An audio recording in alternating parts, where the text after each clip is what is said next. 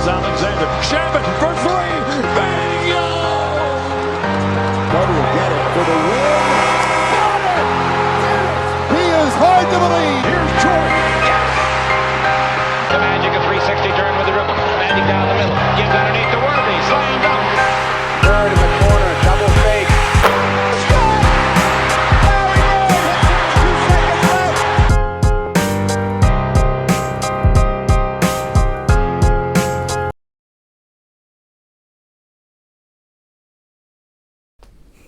What's going on, guys? Welcome to Dime Dropper. Before we get started, make sure to subscribe on Apple Podcasts as well as YouTube at Dime Dropper Podcast, and then of course Twitter and Instagram at Dime Dropper Pod.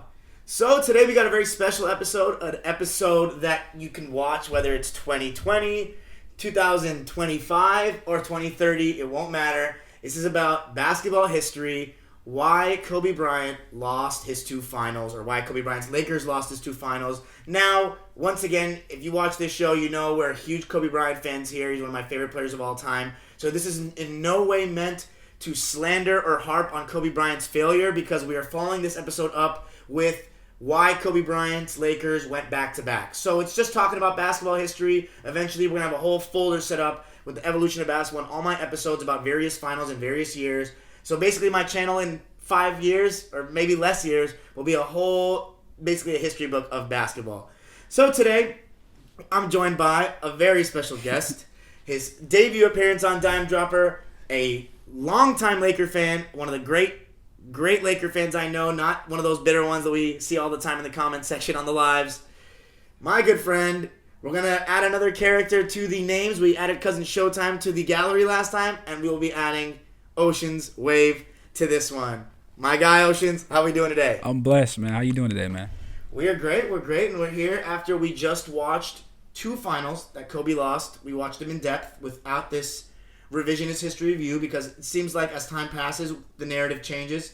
This is fresh out of our mind, so if you're listening to this is the best way to find out what happened in that finals. We got stats. We're going to talk about the games. First of all, before we get into this, just talk about your background as a Laker fan and how big of a fan you are and your background with hooping and basketball. Well, like for the Lakers, like I grew up, like my grandmother was a Lakers fan. Well, she's been a Lakers fan since 1970. My grandma on my mom's side and my dad's side have been a Lakers fan. They went to the Forum when Jerry West was there, Wilt Chamberlain. My dad used to like sell tickets. My grandpa too would sell tickets outside the Forum. So it's in my family, and like I seen the first three-peat. And then one of my first finals I really watched through was 2004 when they lost. So it was good to rewatch it now. And then I remember we won again when we got Gasol and just all that. And hooping was in my blood. Like I played basketball. Now I do music now, but I love basketball and I love the Lakers and I love Kobe. So, well, before we end the episode, we'll talk talk a little bit about music, and the link to his YouTube channel will be in the description, and we'll talk about that towards the end. But to start off, let's start with the first finals we watched, the 2004 finals. To give you guys some background, the Lakers came off not being able to win their fourth title in a row in 2003. Came back, added Karl Malone and Gary Payton, albeit extremely washed versions of Karl Malone and Gary Payton. We didn't watch the whole season or study the whole season, but from what we do know, Karl Malone was injured midway through the season and wasn't really the same, and he did have a triple-double, or I don't know if it was several triple-doubles or one triple-double, but I know at least one triple-double with the Lakers that season. He had good moments. Then after the injury, we saw the post-injury Karl Malone. So going into that finals against a Pistons team that, when you look at it now, yes, we know about Chauncey, Rip Hamilton, Tayshaun Prince, all those guys. It doesn't sound as surprising now that they won because we know who they are. But at the time, this is Kobe and Shaq who have won 3 titles in a row. And then you got the Pistons who are basically unproven. So going into that, what would you think if you're a Laker fan? And by the way, before he answers that question, if you're a Laker fan, please comment what your thoughts were going into this series or what it was after each game that we talk about. Tell us what you were thinking in the moment. But yeah, let's just take it away. What do you think if you're a Laker fan, you're thinking going into this series against the Pistons? I'm thinking we just beat the champs. We beat Tim Duncan. We beat David Robinson. Well, we didn't beat David Robinson. He retired the year before, but we beat him with Fisher. And I'm thinking we just destroyed the T-Wolves. I'm thinking we about to get this in 5. 4th championship for Kobe and Shaq. What is? So the first Easy game in LA, it was very neck to neck. You noticed the Pistons really were a great defensive team as obvious. Hungry but team. one thing you noticed immediately coming out of the gate was Kobe had this I'm trying to win Finals MVP this time kind of attitude about him and his body language. High key. And you see, one of the biggest narratives that we hear about this series is that Ben Wallace locked up Shaq. What did you see about how untrue that really was? Anytime Shaq was not tired, he was scoring every time. If Kobe would have gave him the ball and gave one, he would have had 50 to 60 points with ease.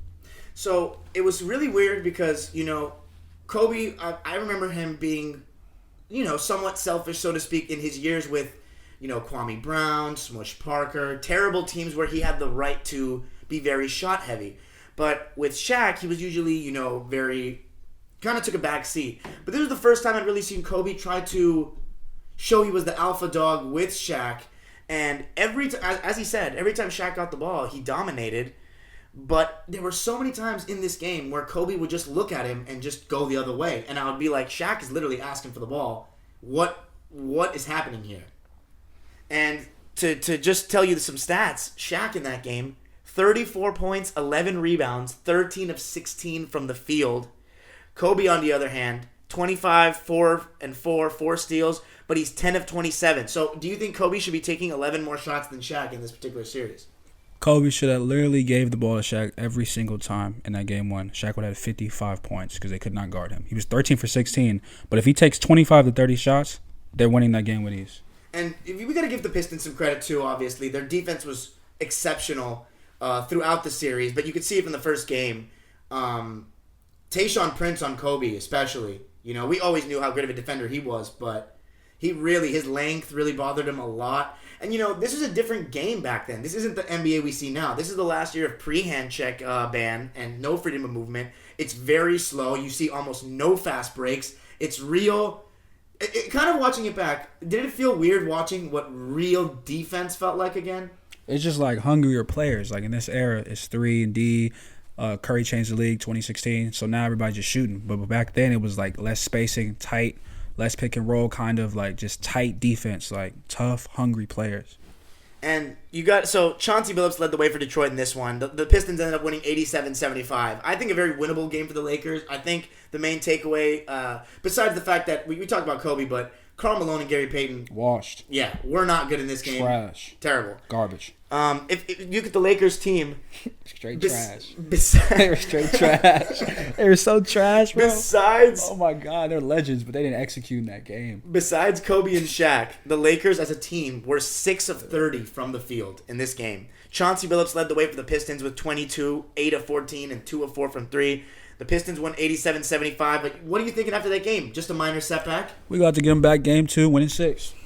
Game 2, Lakers came out with a little sense of urgency. Somebody that really gave them a nice spark off the bench was Luke Walton. By the way, Devin George was the starting small forward for this Laker team. And honestly, we saw some better... He played good. Yeah, he played good. He was hitting some shots. But so Luke Walton came in off the bench, and you and I were kind of in awe. Like, whoa. Whole spark plug, making plays on the assist, playmaking in the fast break. Playmaking, playing good D. Changing the whole crowd, energy in Staples. I got Luke's stats for you. 7 points, 5 rebounds, 8 assists, 2 blocks, 0 turnovers, 3 of 3 from the field. And those stats don't give you justice because he was out playing like Gary Payton the whole game. Oh, yeah.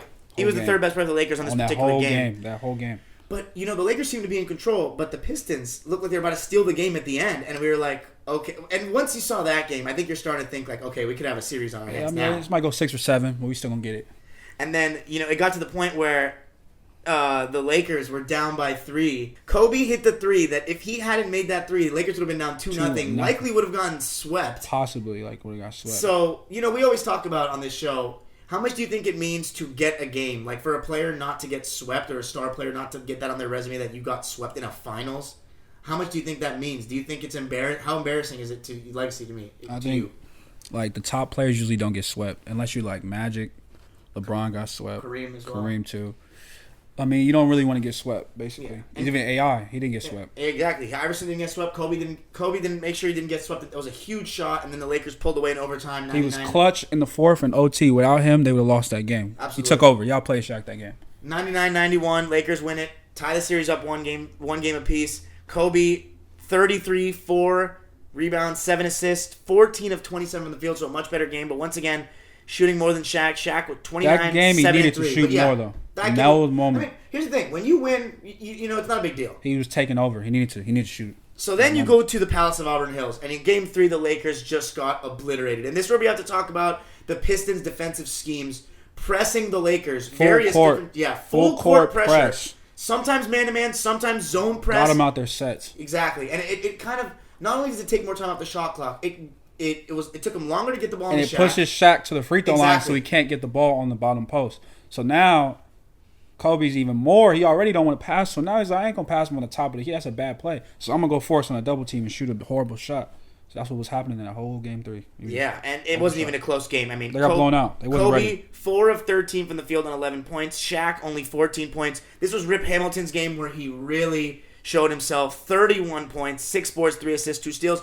One thing I want to note about Kobe, though, is we're talking about his, poor decision-making on offense. His defense, though, he had to guard Rip Hamilton for the majority of the series. Great defense. Yeah, sticking with them. And even when he played bad, he's playing hard. 100% effort. He just was just too hungry, honestly, for the series. Exactly. Too hungry. It's not a lack of effort. It's not a quick job. He Never. was chasing him down on screens. And it was a very physical series, man. How many times we watch a series and we're like, that should have been a foul, and you're like, and you were like, this is not modern day. This is not modern NBA at all. Like hungry, physical defense, physical play in the paint. Honestly, I would say this Pistons team, from what I've seen so far, was the best defensive team I've ever seen. Yeah. So far. But like Bad Boys they were able to manipulate the rules, but yeah, this is the best defensive team I've ever seen. And then, we talk about the Wallace guys. Mm-hmm. Ben Wallace and Rasheed. 7 points, 11 rebounds. He just did a great job. And those stats don't show his impact on the boards, and he had a mid range a little bit. Yeah, it's an overblown narrative that Ben Wallace locked up Shaq. He didn't lock up Shaq because, once again, with a player that great, you can't lock him up. But you can definitely say he contained him. He did a good job. He knew how to make him push. The best thing he did was push him up to the free throw line when they were in that full court press. But when Shaq's on his spots, he can't guard him. Yeah, I mean nobody can guard him. But Ben Wallace can do a better job than most. Because he pushed him on to the free throw line. He's a multiple defensive player of the year. He's a beast. That's Hall of Famer. He should be a Hall of Famer. Very hungry. Very extremely hungry. Speaking of hunger, got a guy like Rasheed Wallace, whose stats won't do him justice in the series, but this guy, I mean, if you put him in this era, and obviously we saw Rasheed Wallace play, I remember him vividly, Underrated. But he could always shoot the ball, and he could post up, and he was strong, physical, played fantastic defense too. All 5 of them played such good defense, the starting lineup.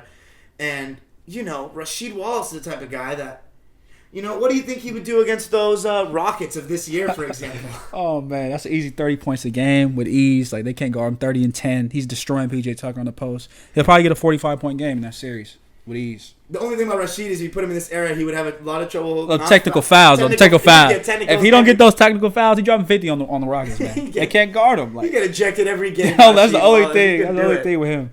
But on the court, they can't guard him at all. So many weapons for the Pistons as well. For the Lakers, it was mostly just Kobe and Shaq, and they had the 2 best players in the series. But the Pistons, Gary and Carl were washed. So then Kobe and Shaq had to execute. And Kobe was trying to win Finals MVP, so he wasn't giving Shaq the ball in the right spots. And then you go to Game 4, which is basically, back then, there was still a 2-3-2 format. So they had 3 games at home in Auburn. Yeah, so this is kind of a must-win for the Lakers. We're watching it. It's a must-win for the Lakers. They gotta get that W. And it's tied going into the 4th. And then the Lakers end up losing by 8 points, 88-88. Once again, the rest of the Lakers team, outside of Kobe and Shaq, 9 of 32. But I think this game was the biggest game where you could point to Kobe. I'm just going to read you the stats and we can break it down. Shaq, 36 points, 20 rebounds, 16 of 21 from the field. Kobe, 8 of 25 and only 20 points. I'll say it. Kobe should have gave the ball. And RP a legend. This is my favorite player. I love him with all my heart. He's a beast. He changed the game of basketball. He's very hungry. The hungriest player of all time. Should have gave the ball to Shaq. He would have had 6 rings. This is definitely his worst moment. If he would have gave the ball to Shaq, if Shaq would have shot 30 to 35 times, Lakers is winning this series. They're winning that game with ease in the 4th. They couldn't guard him. He should have had 55. Like, he wasn't getting the ball that much, and he still dropped 36. They could not guard him in the post. He was dominating.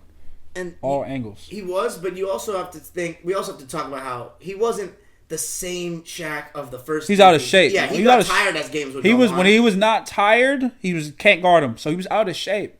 He still was the best center in the league. by far. And you know another thing about Shaq this game, he only sat 36 seconds of the game. So they went all out to try to get him to tie the series. So that's amazing how many you don't see in today's NBA players playing 47 minutes, even in the finals. No, not yet, no. Yeah, not This really. is like last year of Shaq's prime. Yeah. Last year of his prime. So when the Lakers lost that game, it kind of just, in Game 5, Kind of deflated them a little bit. The confidence had changed. By the way, in that Game 4, Rip Hamilton, 17 points, 6 assists. Rasheed Wallace, 26 points, 13 rebounds, 2 assists, 2 steals, 2 blocks, 10 of 23. And then Chauncey, 23, 4, 2 steals. And we got to talk about Chauncey Billups for a second. Somebody who's, one of the highest basketball IQs I've ever seen. He makes everybody around him better.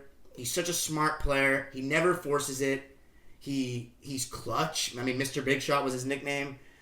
And, he may not be the shiftiest. He may not be the quickest, most athletic. But, man, he can score. He can shoot. He can get into his spots. And he just knows what plays to make. He's clutch. Finals MVP. He's a beast. Hall of Famer in the making.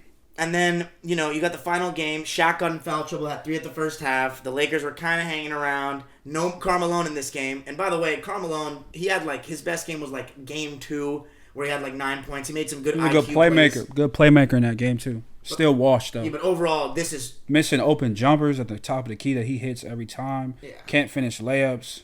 Unathletic. slow. Washed. It's funny. Trash. Karl Malone and Steve Nash are 2 players that gave the Lakers a lot of trouble, and then came to Steve the Lakers. had a little 3-ball left. That's all he had. And on the then Lakers. they came to the Lakers though, and just They was washed. they've only done net harm to the Laker organization. It seems Karl Malone and They Steve didn't Nash. execute. But They didn't execute. yeah, Kobe ending the series in this one with 24 points on 7 of 21. Play from the hard the field. whole game. Play hard the whole Shaq game. in foul trouble, 20 points, 7 of 13.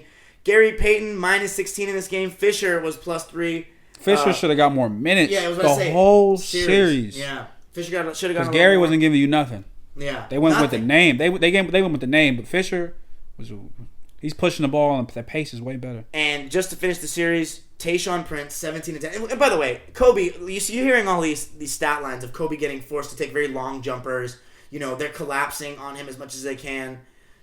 The press, obviously, as we talked about. But Tayshaun Prince's length, his lateral movement, he made life so tough on Kobe throughout the series, and he deserves a lot of credit. 17 and 10 in the closeout game. Ben Wallace in the closeout game, 18, 22 boards, 3 steals, a block, no turnovers, 8 of 13 from the field.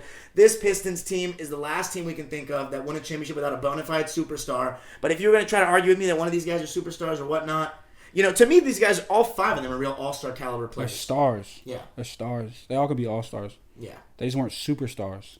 But they executed together. They were hungry that season, and in 2005, they were hungry. So, as we finish the series, and I'm just going to rattle off the series stats for anyone wondering. Kobe, 22.6 points a game, only shot 38% from the field. And I know what you're thinking. For modern fans, you're thinking that's abysmal. But in that era, That defense- efficiency was different. That So defense is different. you don't have too many guys shooting 60%, 50%. It was a lot more low 40s.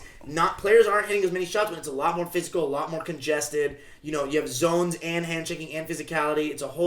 It's the least efficient era of all time, lowest scoring era. Also, too, they're shooting in that era. They're just trying to score. They're not trying to look for their stats. If you notice, all the players they won't. Some players will shoot half court shots. Kobe is trying to just shoot. He's not worried about his numbers, his efficiency. He's just trying to win. So, and sometimes he'll just try to do it too much. So that's why his 38%. Do you think, I want to say this though, Shaq, by the way, 26.6 points a game, 11 rebounds a game. So if you want to talk about somebody getting locked up, that doesn't sound very good. He should have averaged 34 points a game. Yeah. He would average 34 points a game if he would have got the ball in the post. And guys, we're not exaggerating here, and we love Kobe. No, we love this is my guy. favorite player. Yeah. This is the second best 2-guard, top 5 player. He's number 3 or number 4. Number 4, number 5 best player to me of all time. If he would have gave the ball to Shaq, he'd have 6 championships right now. You think it's that guaranteed though? Guaranteed. 6 But games. They 6 lost in games. 5. 6 games. They win in game 4. They win in game 1. And then win in game 2. They win game 6 at home. With ease. They didn't give him the ball. With ease. They didn't give him the ball. He wasn't getting the ball, bro. He was not getting the ball. I'm telling you right now, it was I've never seen. And that defense was locking up every guard. And Kobe would have his moments because he's just that good. But any guard that's not Kobe level is dropping 5-10 points. Yeah. Shaq has to get the ball in the post for the pace of the game. If he gets the ball in the post, they win in 6 games. And with Shaq, No exaggeration. I watched the whole series. I honestly I don't usually feel bad for Shaq because it's a lot of times he likes to make. He should have 5 rings. But he was blatantly The I've best never seen player Kobe in that series. Because here's the thing: we talked about Kobe making the decision with those shitty teams in the mid 2000s when it's warranted. Yeah. When he had Gasol, he was such a good leader and Changed his whole thing because he remembers 04. But here he was so trying to be the man. I've never seen him be so. He's going through a whole lot of stuff. I've never seen him be so like. He's going through personal stuff with the Colorado situation, going through stuff with Shaq. A lot of feuds. He was just trying to. He was over the Lakers. He was. I'm trying to win this, and I'm gonna either leave or Shaq gonna leave. It was just beef. It was beef. By the way, Karl Malone, 5 points a game in the series. Complete trash. Yeah, 33% of the field. Love Karl though. Karl's a legend beast. He was complete trash. Love him. We got love from him. I'm saying love from him as a player. Like he's Yeah. a beast, but he was trash.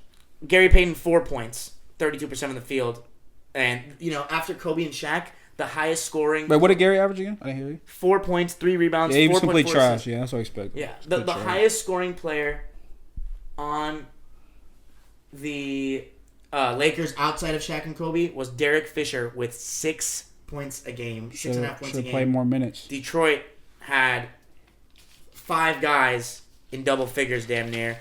So, yeah, would you say? Now, let me ask you this. Mm-hmm. Obviously, we just said this is Kobe's worst moment. Yeah. Is this a worse finals performance than LeBron's 2011? Not even close. Why do you say that? Some may argue that I'd rather have a guy No. that's not overzealous than someone who's 2011, this man had Jason Kidd guarding him on the perimeter, and he wouldn't take him to the basket at 6'8", 260. Jason Kidd is 6'4", and was 38 years old. Jason Kidd is a grandpa. LeBron is a young lion. So you got to take him to the rim like a grown man from Akron and dominate. Like, what are you talking about? That he wasn't going against dogs like Detroit. That's a totally different. That's not even comparable. And at that time too, it's like it was just really bad. A feud between the two of them. But Kobe was a proven champion at that time. It's different than LeBron, who hadn't gotten to that level yet. That level. So let's fast forward 4 years. A lot changes. And Kobe Bryant and the Lakers get Pau Gasol. No Shaq anymore. They play against the 2008 Celtics, who were, really, they had a very small window kind of because Garnett and Pierce and Allen came to them late in their primes. Yeah. And Garnett got injured. Yeah, in 2009. So this season was a great opportunity for the Celtics, a better opportunity for the Celtics to win the championship. And I watched this series. We were old enough to watch this series and remember it. Yeah, I watched it. And we remembered it, but obviously we don't remember those. The intricate details, exactly. The little details that changed the series. Exactly. So we watched Game 1, right? Immediately off the bat. So let me give you guys some background here. The Lakers did not. We never hear about this. The Lakers didn't have Andrew Bynum. He was out since I think January in the season. February or January. And January. And what's shocking to think about is this Laker team, and when we talk about Kobe and his legacy, beat the defending champion Spurs with Ginobili, Parker, Duncan, Michael Finley. 3 Hall of Famers. Kobe, the starting lineup was Derek Fisher, and they Kobe, Gasol, Radmanovich at the 4, Gasol at the 5, and who was playing? Was it Odom? It was Odom too. It was Odom at the 3. At the 4. Oh yeah, and Radmanovich at the 3. So a pretty small lineup. Pau Gasol could play the 5, but in that era, he wasn't as natural. It's a power forward in that era, not a center. So the Lakers, and you're playing against the front line of Garnett and Perkins, who are very physical, very tough, and the Lakers got bullied from the start. And Pau Gasol was getting dominated by Garnett in the start of Game 1. He played trash in Game 1. He played trash the whole series. We're gonna break it down. In the post, played trash, soft around the basket, and then he would take him away from the basket, hit his mid range. Kevin Garnett was having his way with Pau Gasol in this series, especially in the first game. Garnett whooped his ass the whole series, bro. Kobe was starting off very slow in the first half, but the Lakers were doing a good job of hanging around, and we're thinking to ourselves like, this Celtics team just has way more talent than the Lakers. Lakers team was nowhere near as talented. It was like 2 times way less talented team. They had James Posey off the bench. Splash. Tony Allen wasn't even in the rotation. Eddie House. Splash. Eddie House wasn't even in the rotation in the first 2 games in Boston. IK, and then I don't remember that. I thought he played the whole series, but he wasn't even in the rotation. Leon Powe was hungry. Yeah. The Lakers, they had Sasha Vujacic off the bench, Jordan Farmar. Yeah. This is pre-Shannon Brown. Yeah. Ariza, but he was wasn't recovering the same from an injury. Ariza. He wasn't the same Ariza. I don't think the Laker fans. I've heard some people use that one as an excuse though, but I don't think they should because Ariza. There's no excuse. We didn't execute. Ariza never got acclimated into the system like Bynum did. No. No excuses. But yeah, no. You know what I noticed when we watched? So definitely a little bit of a softer game than 04. 04. There's no question. But definitely tougher than what we see today. Less threes, still tight. Much less threes, much more compact. Tight spacing. You know what's interesting, though? The Lakers, they had a more small ball lineup, but they didn't do high screen and roll Kobe and power every time down because that's just not... Wasn't the era. Yeah. Wasn't the era. They didn't know. They could have probably... It would have probably helped them, honestly, just to do that. A whole lot. Because Kobe got easier shots. Yeah. But the Celtics did such a good job of just kind of packing the paint, making sure... Like, I don't know how many points in the paint Kobe had all series. He could not get in the paint. Couldn't get to the rim because it was crowded. There was no space. And you know, you mentioned this. Even from 04, Kobe was still incredible, but his athleticism, he was banged up. Over the years, you know what I mean? He was more athletic, way more athletic than 04. Yeah, his athleticism dwindled down. He's nowhere, not even athletic as Kawhi probably right now. Yeah. LeBron is way more athletic than he is. Like, LeBron right now, 35, 2020. Yeah, because you could be watching this. We don't know what year you're what year. This. He's way more athletic than 08 Kobe. And, you know, you got to give Ray Allen and Paul Pierce a lot of credit. They did such a good job on... by the way, just to go to the last series real quick, we got to give Larry Brown credit for the schemes, the press, the defense. The press. You got to give him credit. It was a changer of the series. But anyway, you know, we talk about Glenn Rivers and executed. You know, yeah, whatever. He executed in that series. Tom Thibodeau was defensive coordinator, or whatever. Did a great job setting up schemes. Tom Thibodeau deserves all the credit. Man, not mess with Glenn. Glenn executed in that series. Anyway, but no, they did a great. Kobe did not get in the paint. He couldn't get into the paint. They made him kick it out to the shooters, and they made him a mid-range shooter, and then they made him like in clutch moments he would get to the paint, but he rarely got in the paint consistently. The Lakers really missed, I think, Ariza in this type of series to guard. Too.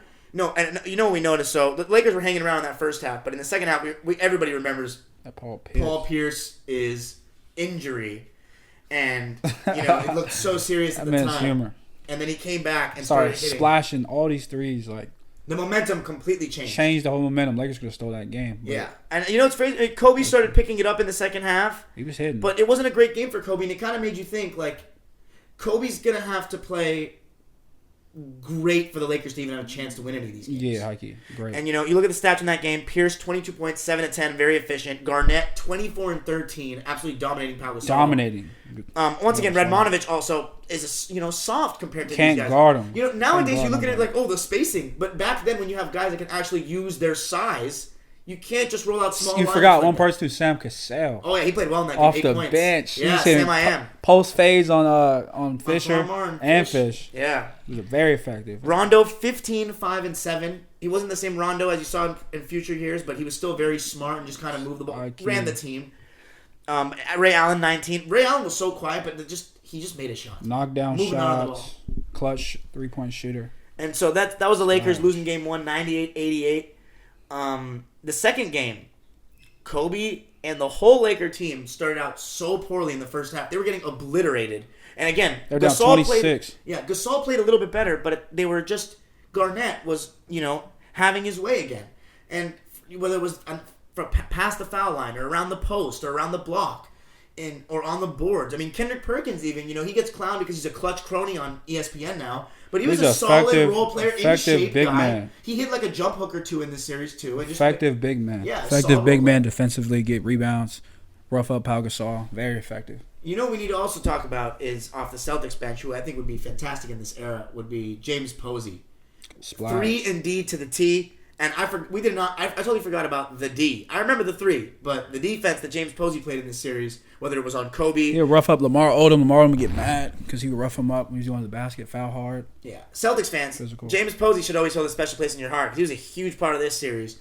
But Ray Allen, you got to give Ray Allen and Paul Pierce credit as well in this series for the job they did on Kobe as well. It was very much team defense, but you got to give them. They made life tough for him there. Tough coverages. Ray Allen, but the Lakers were in such a predicament defensively because you put Gasol on Garnett, and Odom was guarding Perkins, that was a mismatch. Nobody could guard. So if Kobe's guarding Pierce, nobody's guarding Allen. Yep, because he's too fast to come up the screens. Or if Kobe's guarding Allen, nobody and Radmanovich cannot guard Pierce. And there was times where they put Radmanovich on Pierce. They tried.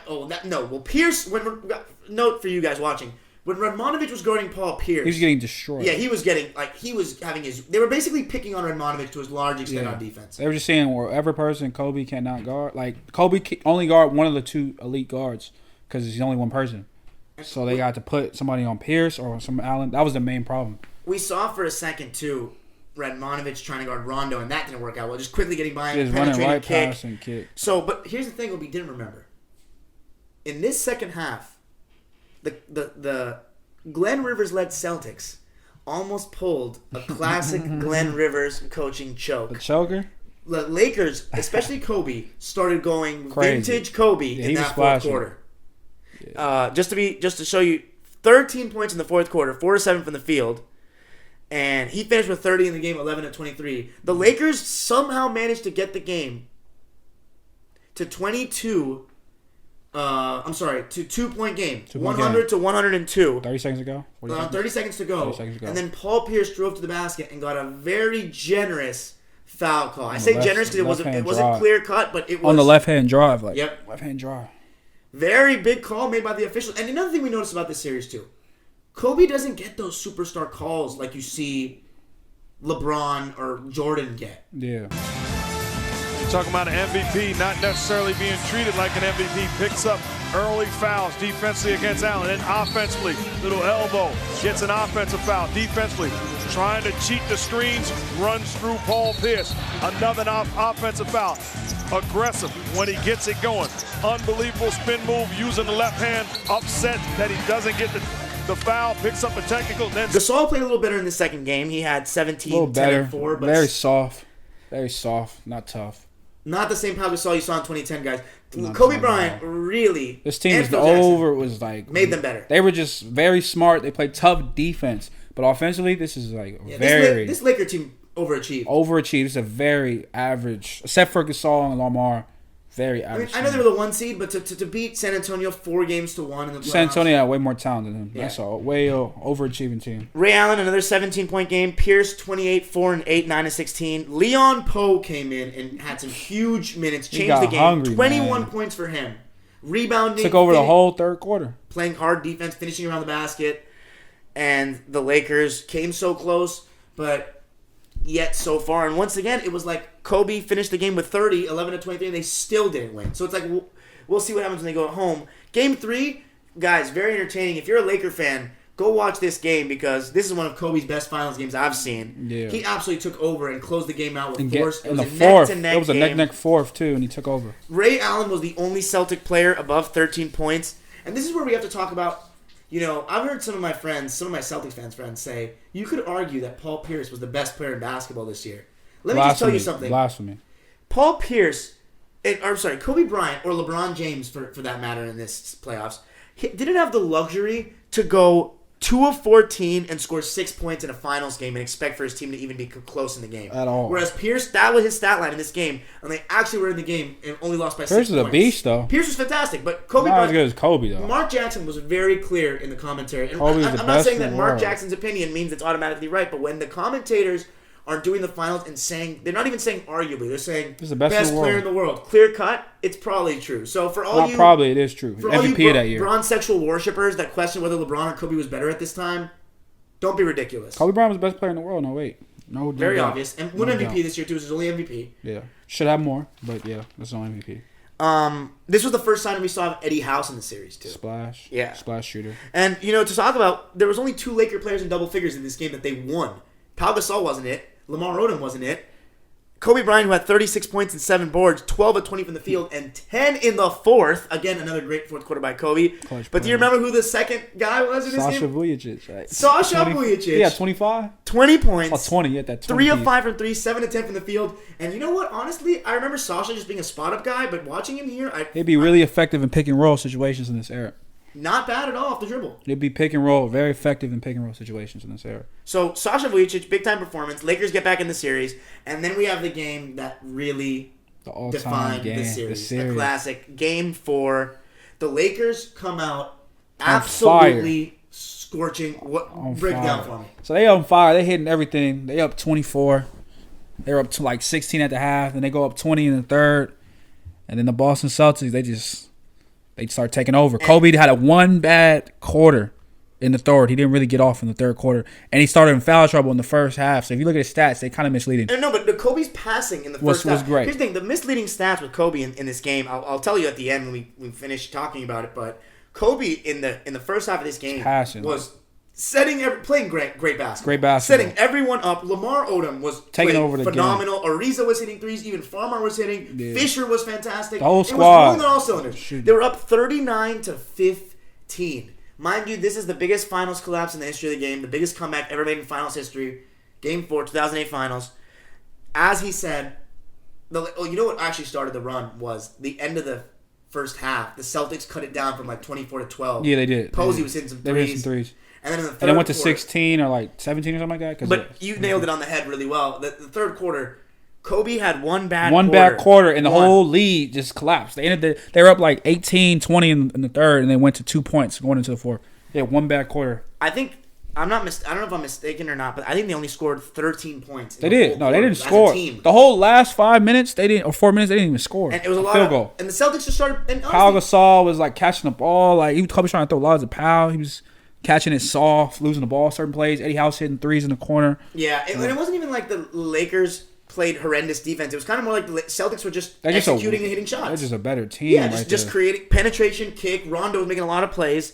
Ray Allen moving without the ball. You know, everybody was getting into it. And then, as you said, you know, two of the biggest things we saw in the fourth quarter, some mental mistakes from Sasha Vujicic, Jordan Farmar, and Pau Gasol. Derek Fisher should have been in the game. Kobe took over the fourth, too. He had 10 points in that fourth. Yep, 10 points in the fourth quarter.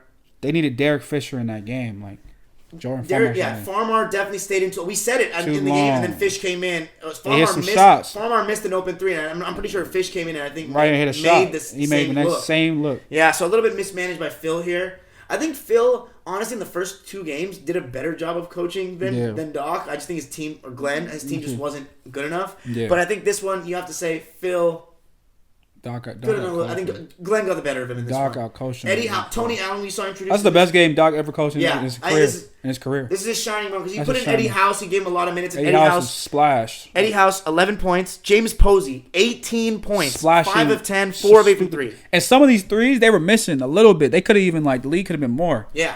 Celtics could have put the lead higher in the fourth. They were missing threes. Kobe tried so hard again. Fourth quarter, third straight game, Kobe's going off in the fourth. Oh, he's killing in the fourth, dropping 10 points in the fourth each of the last 3 games. Gasol, I mean, he's trash. Making mental mistakes, turnovers. Not tough, can't get the rebound. Not going up strong. A lot of it was just not going up strong. He just wasn't hungry enough. And just kind of soft, very skilled big man. Is this where the nickname came, Pau Gasol? Yeah, definitely. 08 finals, very soft, very he's like Charmin, just like Shaq. Just like Kobe used to say to Nick Young, bro, that man Pau's a beast. We love him now. He's a legend, but at that time.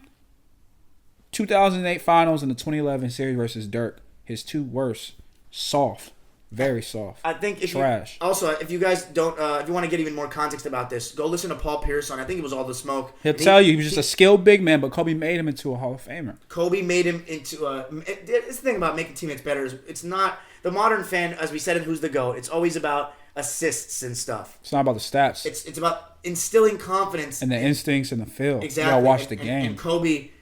And Phil, but Kobe Bryant especially. And Gasol will tell you it's in the Moment Mentality book, a foreword by Pau Gasol about playing with Kobe, and he played so much better in future finals.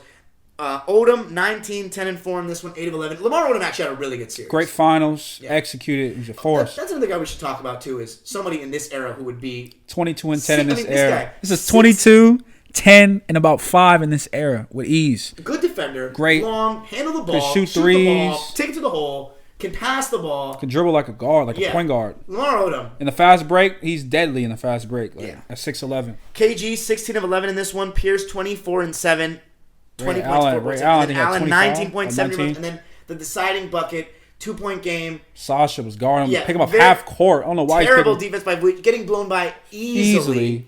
And then Ray finishing with the layup to finish the game, essentially put the Celtics up 4 and complete the comeback. And when you saw this game, you knew that series was probably done because no team had ever come back from 3-1 at the time. And there was 2 games in the Garden back to back. Yeah. So you thought, let's not. If you're the Lakers, let's just not get losing 5. Let's not lose in 5, and that is. Oh, by the way, so if you're wondering what happened in the third quarter, Kobe was when we say a bad quarter, he was 2 of 7. It wasn't like he was 0 for 7 either. It was 2 of 7 and. It wasn't even as bad as Paul George or Kawhi in the fourth quarter in Game 7 with Clippers. We had to go there. I had to go there because I know people would have probably compared it. It hasn't even happened yet, man. I had to compare it. I had to compare, but it was still bad for Kobe's standards. And He then- didn't execute in game 4. You get to game 5. This is a must-win situation for the Lakers, and they come out firing. It's almost like the exact repeat of game 4. Of the same thing. Kobe had like 15 points in the first quarter, hitting all these threes, Yeah, he was splashing. splashing everything, not missing. And then they At took all. him out and lost his rhythm in the second quarter. That's when Boston But came is that back. Phil's fault? No, it wasn't Phil's fault. Yeah. It's just the team wasn't that talented Yeah. to take over when he was on the bench I mean, for 5 you're not minutes. buying him. They're getting bullied, guys. The It's supposed to be- team- Garnett especially getting Gasol. You got to see what Garnett was doing to Cal Gasol. He made him look like he wasn't even an all-star. He made him look trash. Yeah, I mean, He made him look trash. And- Average big man in that series. I think Odom was the second best player in the Oh series. no, he was the second best player on the Lakers in that series. Pau Gasol played complete garbage.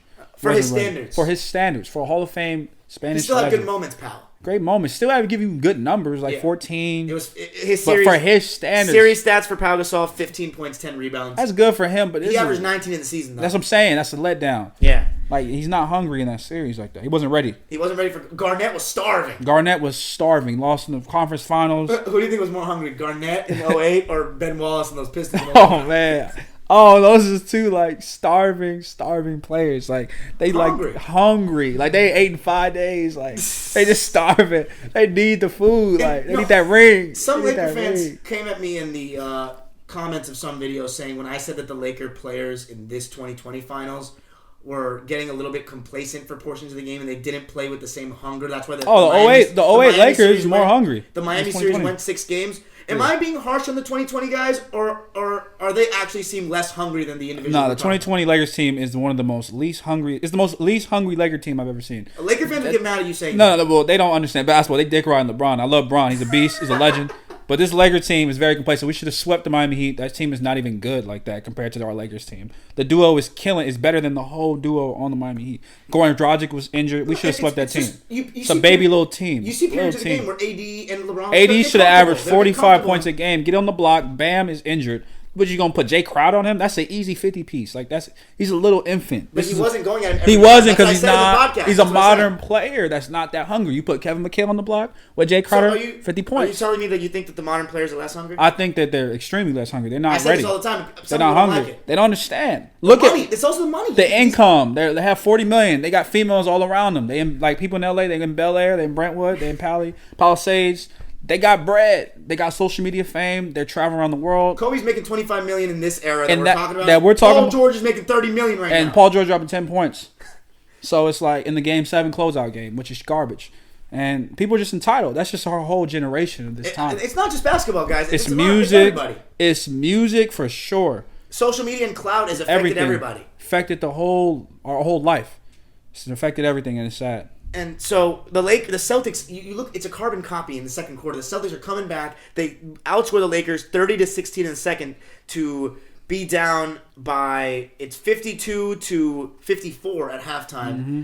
And then it's a very close game. And you're scared as a Laker fan. Yep. But once again, that man gets it done at the end of the game. A huge poke from behind steal by steal. number 24. They could have lost that for game, breakaway too. dunk. Got And that we got to steal. shout out Paul Pierce. This is a game where he solidified his Finals MVP. It wasn't a clear-cut Finals MVP like you'd rather He think. dropped a 40 piece, right? 38 points. He dropped a 40 piece. 38 points, 6 boards, 8 assists. No one else in the Celtics. The main thing with him is Vermonovich. Anytime Vermonovich on him again, dominant.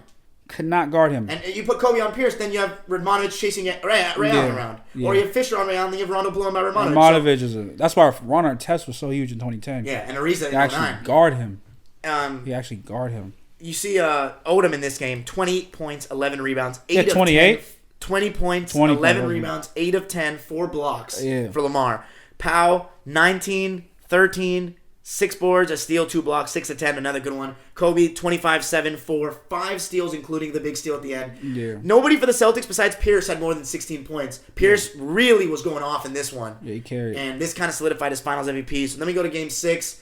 It was a decent first quarter. Kobe was 4 was of 7. hitting everything in And the then first once quarter. again, Kobe goes 0-4 in the quarter, and the Lakers just collapse completely. It was a 4-point game in the second quarter. Kobe started missing. And the Celtics were just hitting everything. They Ray just started Allen, hitting Posey, everything. House. The energy in the building, I know, though, it was crazy. was way Laker different. fans, y'all didn't bring it like that compared to the Celtics. No, the energy in the building was crazy. You know, so I've been to Celtics games, man. They got one of the best atmospheres. They have a crowd that really loves their sports, and they're really about it. They And locked in. Posey, 11 points. Rondo, 21, 7, and 8. 6 steals.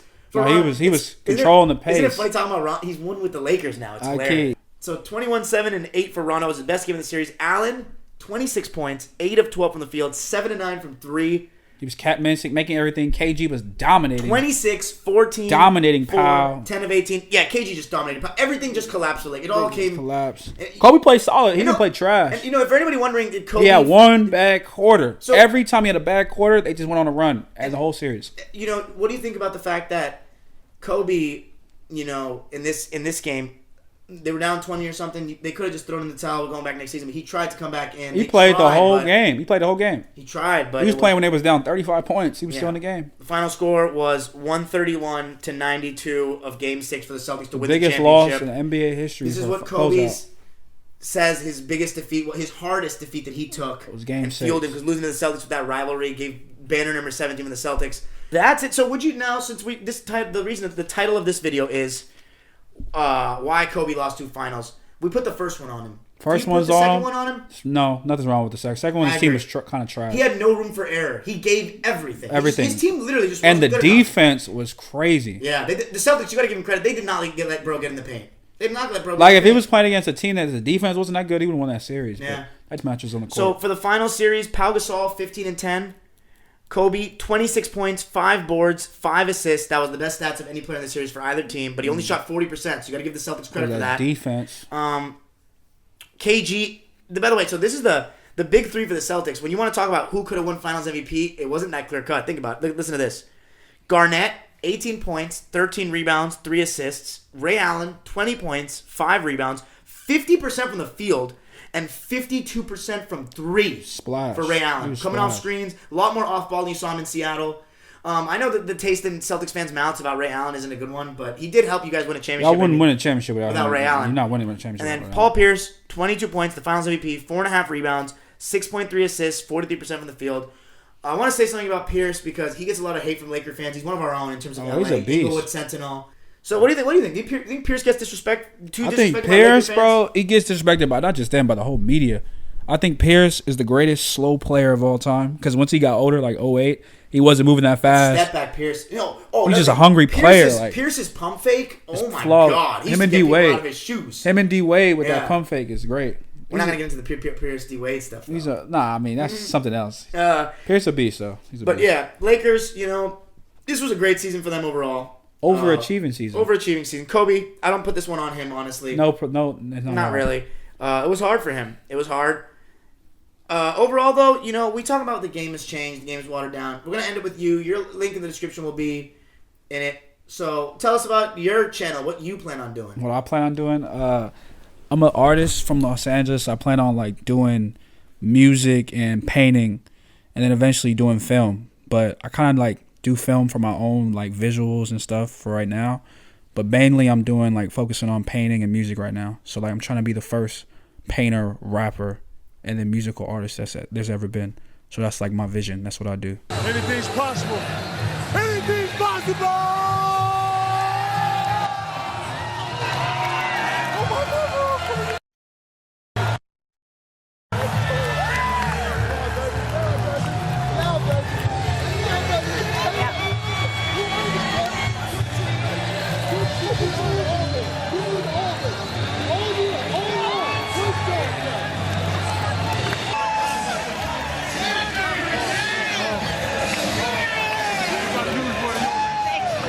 Kevin Garnett, NBA champion with 11-time champion Bill Russell. They have formed a terrific friendship this season. And all the players that come to Boston, you can't help but be engulfed by the history, the most successful and storied history